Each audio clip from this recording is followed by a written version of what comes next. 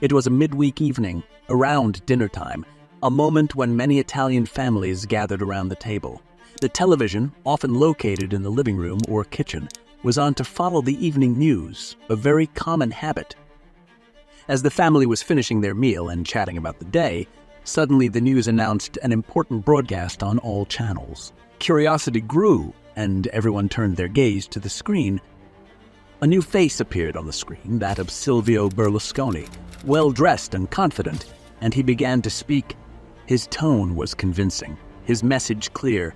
He presented Forza Italia as the new political force that wanted to renew and relaunch Italy, and announced his candidacy for prime minister, a new man, an entrepreneur who did not come from the past of Italian politics. His charismatic figure captured everyone's attention. Approximately 60 days after his candidacy, Berlusconi was elected Prime Minister of Italy with 43% of the votes, a popular jubilation. From this moment, Silvio Berlusconi would become a piece of Italy's history and shape its future. In his political career, he would be elected 2 more times, in 2001 and 2008, becoming the richest politician in Europe and forming personal ties with presidents from around the world.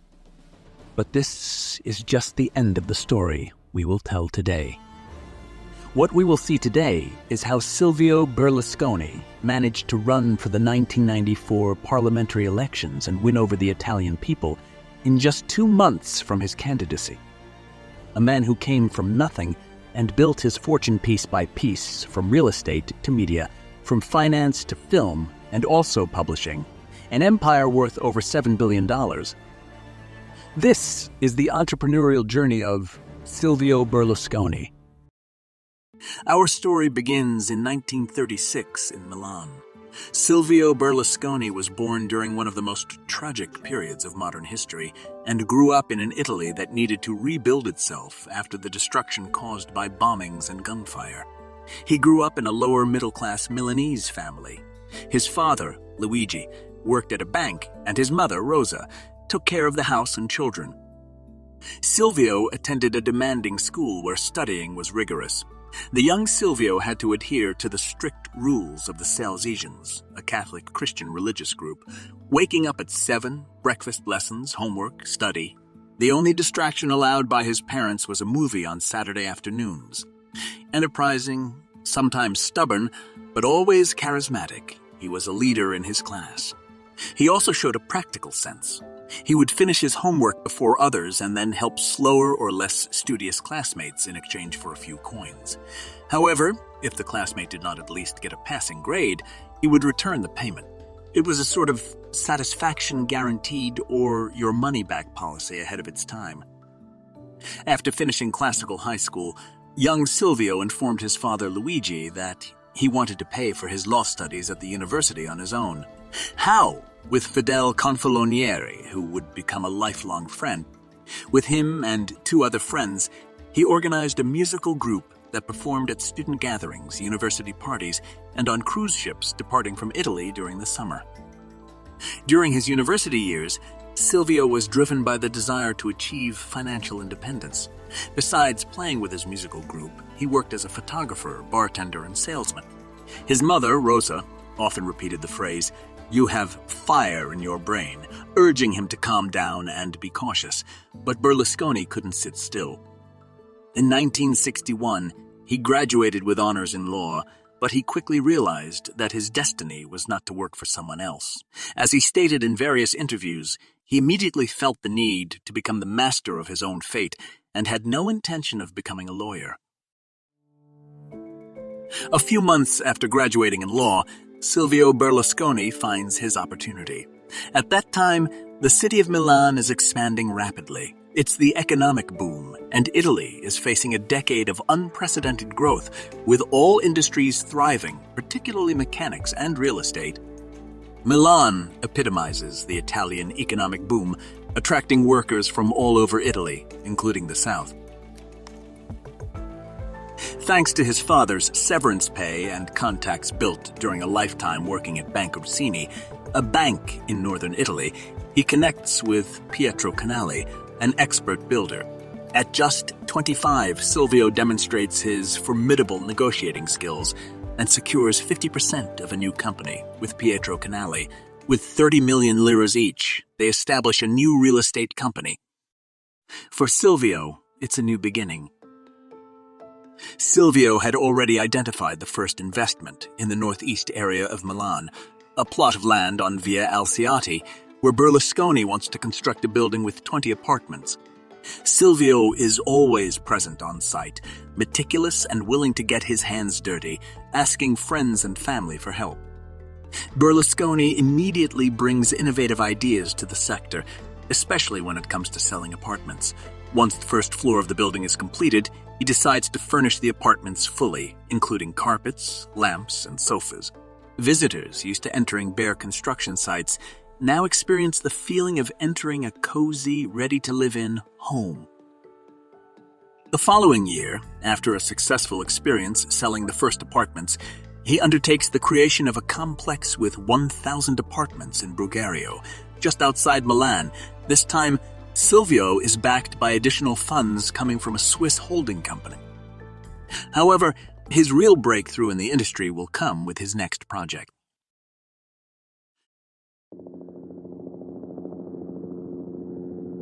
Berlusconi observes America's great growth during this period and has a fondness for the U.S. entrepreneurial culture, which will prove successful in many of his business moves. He is determined to bring to Italy a residential model that is thriving in America. At that time, America is witnessing the creation of suburban areas on the outskirts of major cities. Silvio looks for land to create a self-sufficient residential community with modern amenities, green spaces, and a high quality of life, mirroring the suburban lifestyle popular in the U.S. Just outside Milan, amidst the greenery, Berlusconi sees what others do not. The demand from Milanese families is shifting towards residential properties away from the city's chaos, offering more space to raise children. Berlusconi recognizes a similarity with what is happening in America. Families seeking residences away from the city's hustle and bustle with more space. His new project is called Milano 2, and Berlusconi sees more than just a real estate investment opportunity. He designs Milano 2 with a clear idea of modern living, a residential environment immersed in greenery, with integrated services such as schools, shops, sports facilities, and even a system of artificial lakes. Located on the outskirts of Milan, Milano 2 covers an area of about 712,000 square meters. By the end of the work, Milano 2 could accommodate about 12,000 inhabitants in over 2,500 apartments. Knowing that buying land in bulk could inflate prices, Berlusconi uses a network of intermediaries to purchase small lots separately. This fragmented approach allows him to acquire the land at a lower overall price than a direct, massive purchase. The construction of Milano 2 is completed in 1979, making it one of the first examples of modern urban development in Italy. How do you feel to be in your 20s and have built a city? Non dormivo la notte perché pensavo che se avessi sbagliato qualche calcolo, soprattutto nelle fognature, sarebbe stato il disastro. E quindi è stato un lavoro che era più grande della mia età. Pensare di mettere insieme 15.000 persone e provvedere a tutto ciò che una città richiede.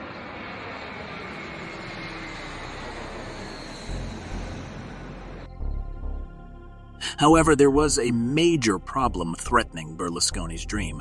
Milano 2 was situated in the middle of a flight path with numerous planes heading to the nearby Milan airport. The deafening noise of the planes led to a devaluation of the land Silvio had purchased, jeopardizing his idea of creating a peaceful oasis on the outskirts of Milan. Berlusconi had to act and had a plan. Berlusconi decides to contact Frigerio, a politician from the Italian Socialist Party and also the director of the local hospital, which is located right next to his neighborhood. Berlusconi asks Frigerio to negotiate with the relevant authorities and Milan airport operators to change the flight paths so they wouldn't pass directly over the hospital, thus over Milano 2. Frigerio's proposal is accepted, and the flight paths are shifted eastward to avoid disturbing the hospital's patients with airplane noise. Silvio had already increased the value of the entire Milano 2 area by shifting the flight paths. Now, he needed to complete the sale of all the constructed apartments, and it is here that Silvio demonstrates his sales prowess. At that time, there was a law in Italy requiring Italian social security institutions to acquire a quota of non-financial assets as part of their managed capital. This obligation aimed to diversify their portfolio, which was heavily focused on financial assets. Berlusconi was aware of this and devised a plan to sell a large lot of apartments in one go. He identified the institution that suited his needs, but instead of contacting the president directly to propose the sale of the apartments, he chose an alternative path that proved successful. Berlusconi began courting the secretary of the president of the Social Security Institution. A skilled seducer, he sent her bouquets of red roses and gained her confidence within a few weeks. Berlusconi then found out when the president would be taking the train from Rome to Milan and which seat the secretary had booked for him.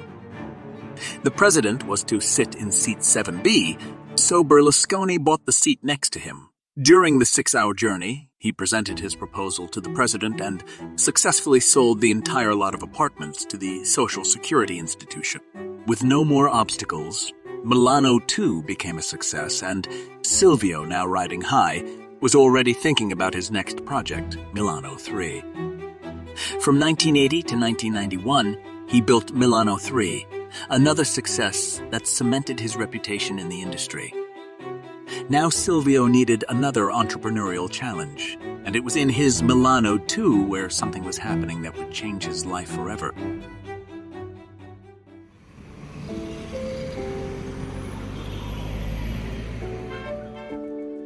During that time, several local television operators in Italy were broadcasting illegally, defying the existing laws that reserve television broadcasting rights exclusively to RAI, the Italian state television.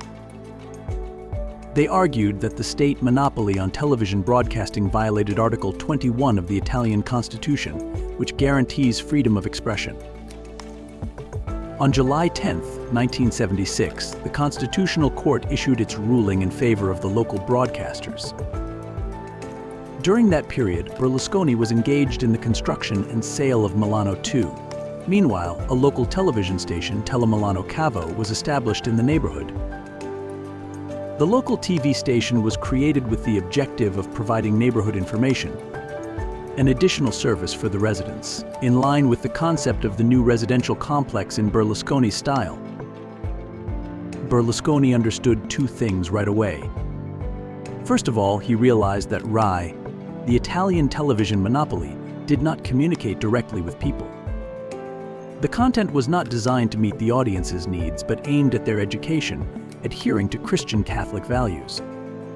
Italians loved RAI, but he was convinced there was a need for television free from state dictates, one that spoke to Italian citizens in a liberated manner. Secondly, by observing what had already happened in America, where commercial television had emerged, he understood that the American model could be replicated in Italy. The commercial television model is based on a primary source of revenue: advertising.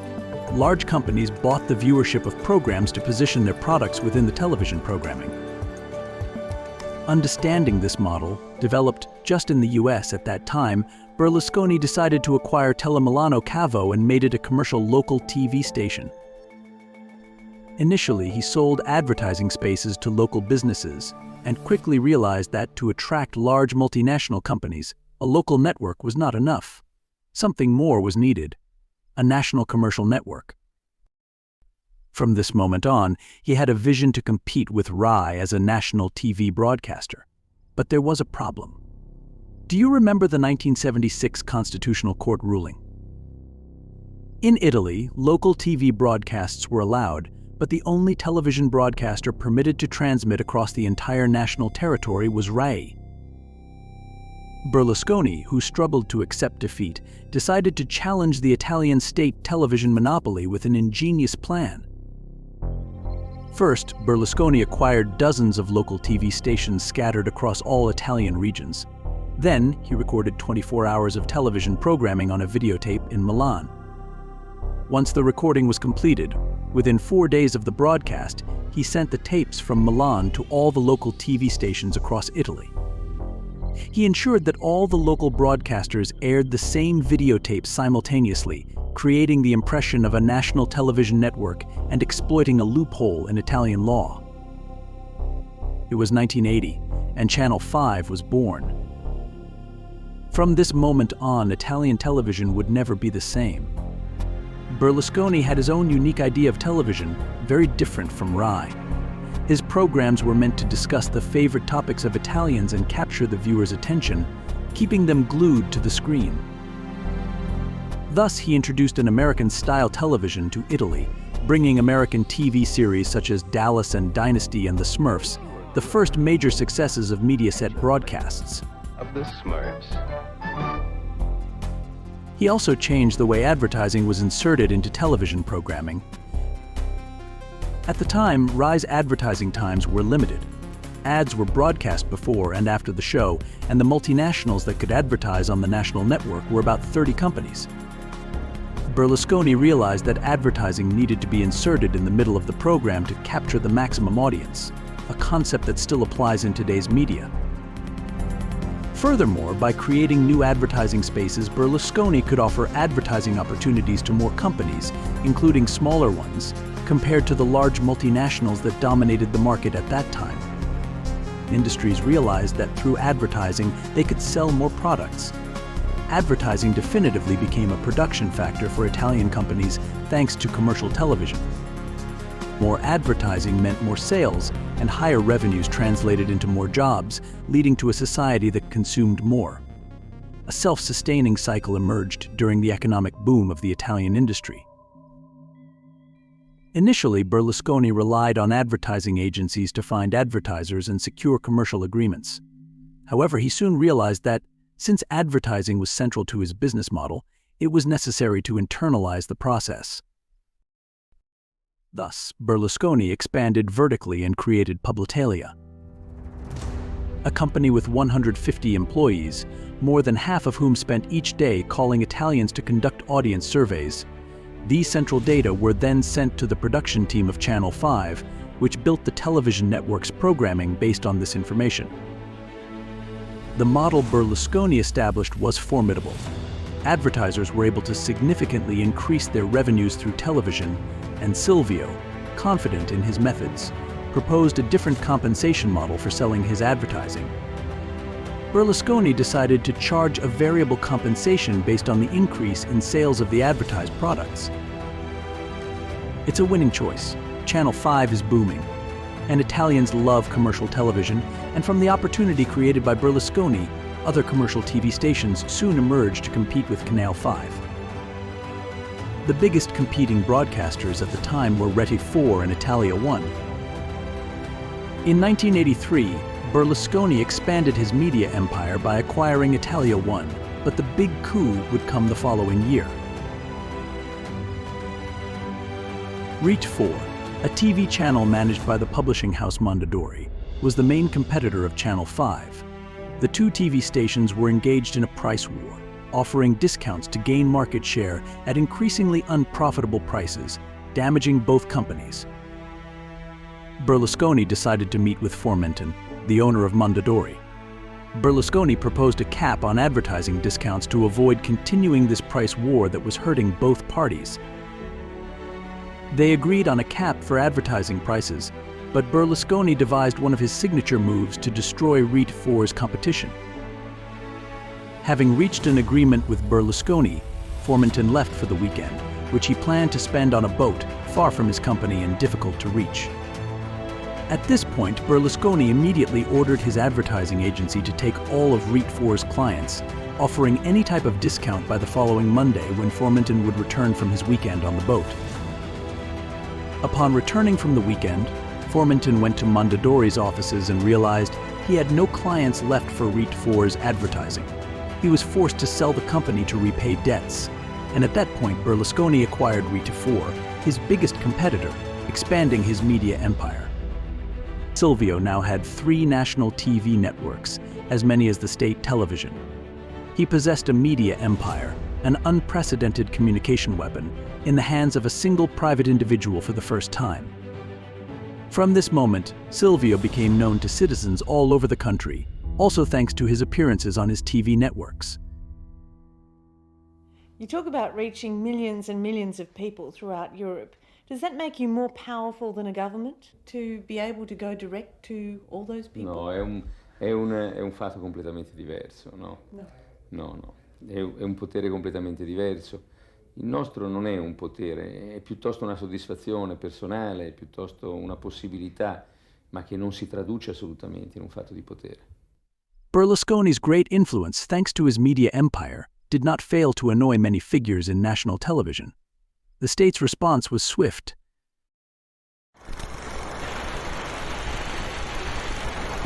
Italians in the provinces of Rome, Turin, and Pescara woke up to find that when they tried to watch programs broadcast by Berlusconi's TV networks, all they could see was a blue screen.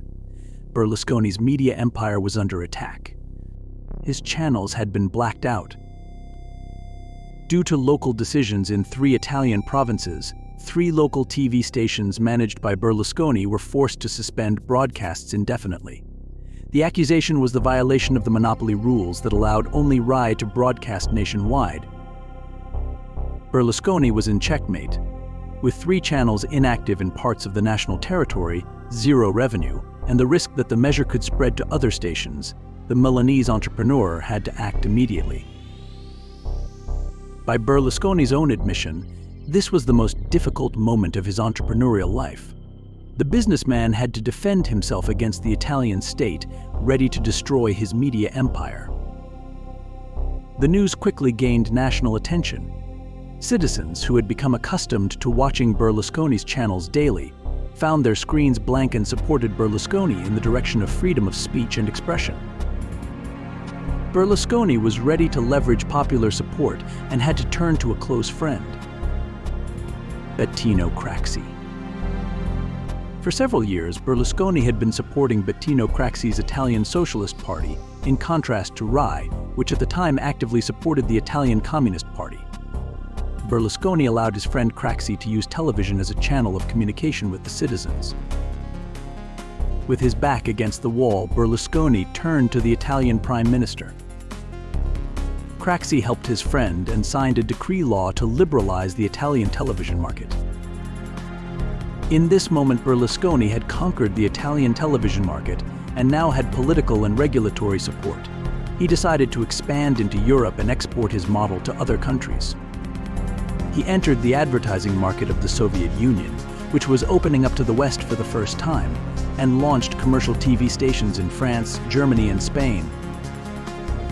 Berlusconi has now consolidated his real estate empire and exported his media empire abroad. A glorious future lies ahead. However, his innovative spirit and drive to take action continue to push him to seek new challenges, even at this point in his life. Berlusconi is in his golden period. Everything he touches turns to gold. First, he invests in the banking sector by founding Banca Magellanum with his friend Ennio Doris, which is now one of the largest commercial banks in Italy. He acquires Italy's most famous publishing house, Mondadori. Finally, he becomes the owner of AC Milan, stepping into the world of football, one of his great passions. This is the moment when Berlusconi becomes the most influential man in Italy and one of the richest. He simultaneously controls about half of the Italian television market, owns one of the most famous and historic publishing houses in Italy, and connects with the passions of Italians through football. And it is football that will make Berlusconi an icon in the eyes of countless Italians. Berlusconi purchases a team that, until that moment, had won 10 Italian championships and 2 European Cups, and a team that hadn't won any trophies in 5 years. But Berlusconi arrives with the goal of winning again, and he succeeds. In just a few years, Milan wins national championships, European Cups, and the Intercontinental Cup. Milan becomes the strongest team in the world, and Berlusconi's image becomes a symbol of success. During his presidency, which lasted over 30 years, he won 29 trophies, making Milan the most successful club in the world during his tenure. Berlusconi is the people's hero, and he himself will later recount that the love he received from Milan fans during that period was something that changed his life. But on 17 of February 1992, something happened that definitively changed the life of the Milanese entrepreneur. An unprecedented investigation shakes Italian politics, completely altering the Italian political landscape. The name of the investigation is Tangentopoli. The investigations revealed extensive corruption involving politicians, public officials, and businessmen across various sectors and levels of government.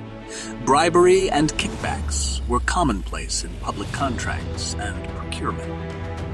Tangentopoli led to the downfall of many political figures. One of them was Bettino Craxi, leader of the Italian Socialist Party and former prime minister. Berlusconi's friend was among the most prominent figures implicated. The scandal caused the disintegration of Italy's established political parties, particularly the Christian Democrats and the Socialists, who had dominated post-war Italian politics.